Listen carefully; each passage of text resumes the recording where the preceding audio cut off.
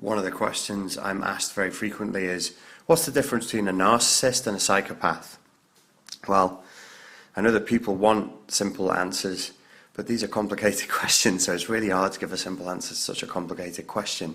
The first thing that needs to be understood is that they both exist on a spectrum within the same cluster of personality traits. These personality traits are abusive, manipulative, and predatory. The Diagnostics and Statistical Manual of the American Psychiatry Association defines them as cluster B: emotional, erratic, and abusive.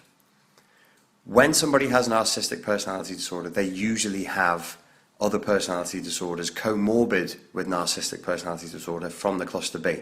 So a psychopath is highly likely to be a narcissist, and a narcissist is highly likely to have some psychopathic traits as well.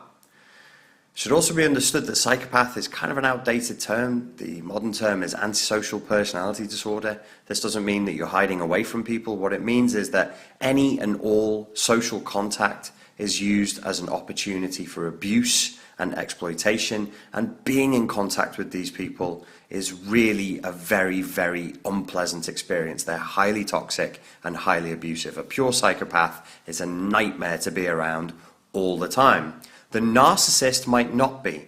They do have the ability to use a certain kind of cold, predatory empathy. They can be charming, and they are concerned with their self-image, and they have the impulse control to control their darker drives so that they can actually get themselves into positions of power.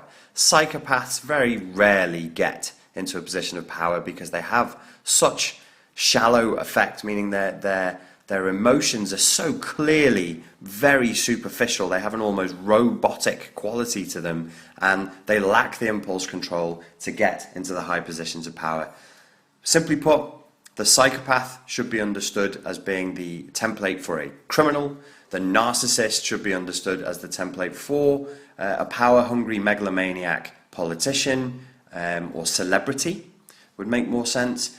The psychopath is usually a boundary breaker who gets caught, who breaks moral and ethical and legal boundaries, is infrequently in trouble with the law, and actually gets into physical fights because they have a higher preponderance towards violence than a narcissist would, whereas a narcissist a lot of the time can hold it together and pull it off. There is such a thing as covert narcissism, in which nobody knows that the narcissist is doing what they're doing except their victims and the people closest to us, closest to them. There is no such thing as a covert psychopath. That just doesn't exist. The psychopath knows that they have a problem, knows that people can see it, but simply does not care.